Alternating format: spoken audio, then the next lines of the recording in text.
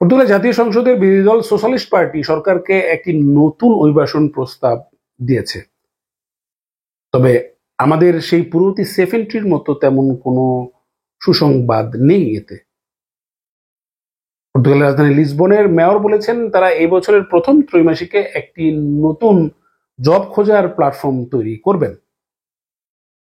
বেশ কয়েকদিন যাবতই বিভিন্ন স্ক্যামার আপনাকে ফোন দিচ্ছে, ইমেল করছে এবং মেসেজ পাঠাচ্ছে যে আপনার বিরুদ্ধে অভিযোগ রয়েছে, পুলিশি অভিযোগ রয়েছে, ক্রিমিনাল অভিযোগ রয়েছে, আপনি 1 চাপুন 2 পাঁচ চাপুন অথবা লিঙ্কে ক্লিক করুন। কোনোভাবেই আপনি এই বিষয়টি কোনো লিঙ্কে বা 1 2 চাপবেন না, তাহলে কিন্তু আপনি স্ক্যামের শিকার হবেন।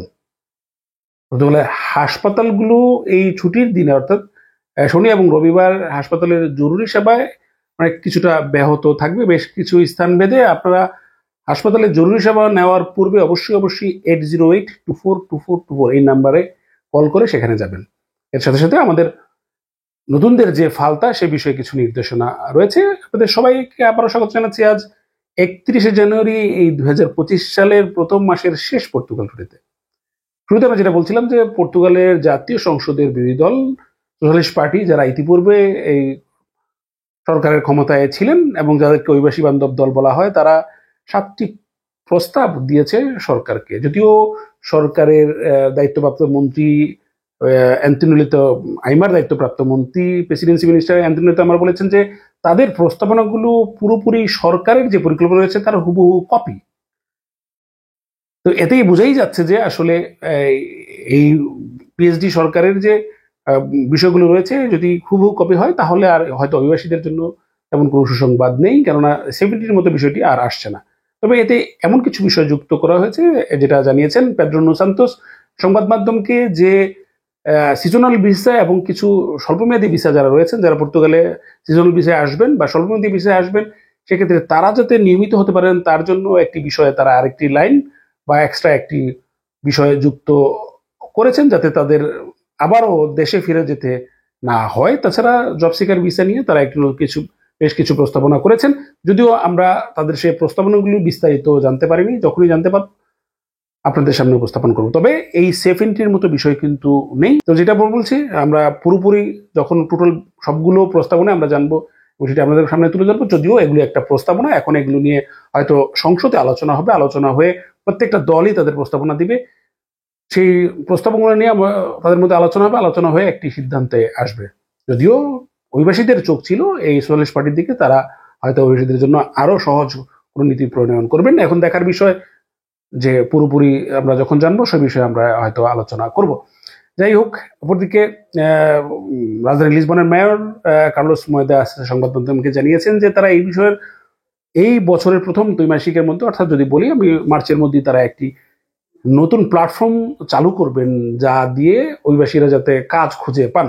তিনি বলেছেন যে রাজধানী লিসবনে এমন অনেক কর্মক্ষেত্র রয়েছে, অনেক কোম্পানি রয়েছে, তারা কর্মী খুঁজে পান না। এমনকি এখানে এমন অনেক অভিবাসী রয়েছেন তারা দেখা গেল যে তারা কাজ খুঁজে পান না। তো এই দুপক্ষের মিলনের জন্যই তিনি একটি প্ল্যাটফর্ম চালু করবেন, যেটা অভিবাসীদেরকে এমনকি রাজধানী লিসবনে যে ব্যবসা প্রতিষ্ঠান রয়েছে তারা যাতে সহজে কর্মী খুঁজে পান তার জন্য একটি সলিউশন নিয়ে আসবে। নিশ্চিতভাবেই এটা অভিবাসীদের জন্য একটা সুখবর। এবং তিনি জানিয়েছেন যে একটা হিসেবে দেখা গেছে যে বর্তমানে প্রায় 6000 কর্মীর প্রয়োজন বিভিন্ন কোম্পানির, এবং কি 2000 চাকরির অফারও রয়েছে এই রাজধানী লিসবনে।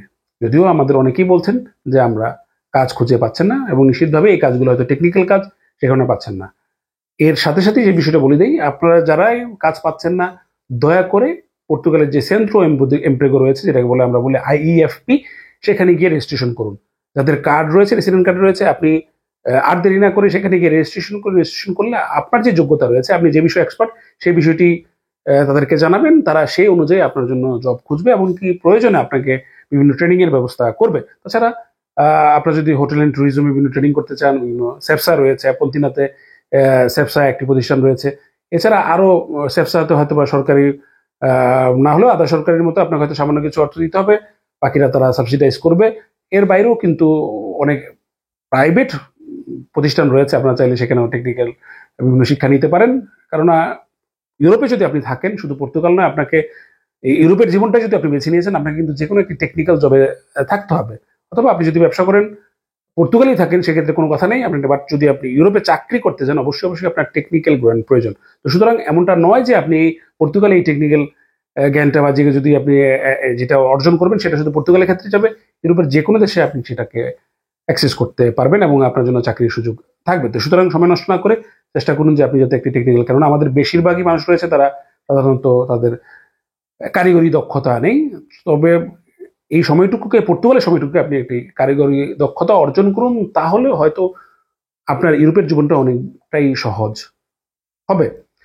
যাই হোক, যেটা বলছিলাম যে বেশ কয়েকদিন যাবতই বলা যায় গত 2 সপ্তাহ যাবত সবাইকে, অনেকে ইমেল পাচ্ছেন, টেক্সট পাচ্ছেন, এমনকি ফোনে কল করে বলতেছে আপনার বিরুদ্ধে ক্রিমিনাল অভিযোগ রয়েছে, আপনি সেই বিষয়ে যোগাযোগ করার জন্য আপনাকে গ্রেফতার করা হবে, আপনি এক চাপুন। কোনোভাবেই আপনি এক চাপবেন না, তাহলে আপনার মোবাইল নাম্বারটি ক্লোন হয়ে যাবে, সেক্ষেত্রে আপনার ব্যাংক অ্যাকাউন্ট বা অন্যান্য জরুরি তথ্যের ক্ষেত্রে আপনি জটিল পরিস্থিতিতে পড়বেন, এমনকি আপনার ডিভাইসটি হ্যাক হতে পারে।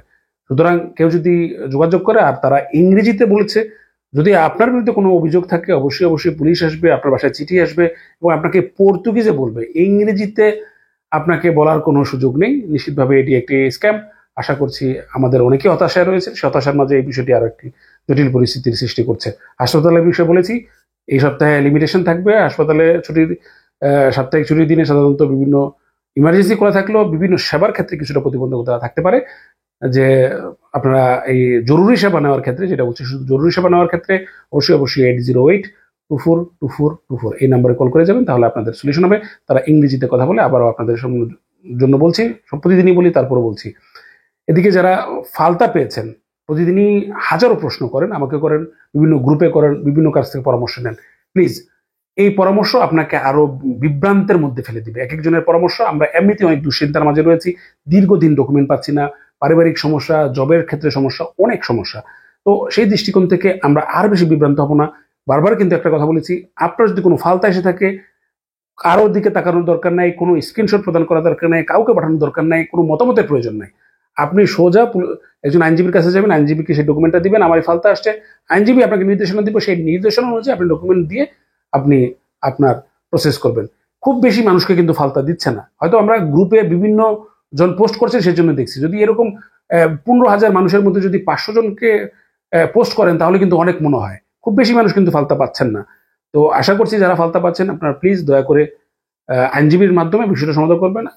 অযথা অন্য কাউকে পোস্ট করে অন্য কাউকে দেখিয়ে আপনার মাথা ভারী করবেন না, এতে হলো অশান্তি সৃষ্টি হয় নিজের মনের মধ্যে। কেননা প্রত্যেকের কেস কিন্তু আলাদা। আপনারা মনে করেন আপনার যে কেসটা এমনটা যে আপনার সাথে একই রকম হবে, আমাদের বাংলাদেশিদেরও যে একটা অবয়ব, সবাইকে প্যারাসিটামল তার সাথে হয়েছে বিধায় আপনার সাথে হবে এমন একটা বিষয় নো।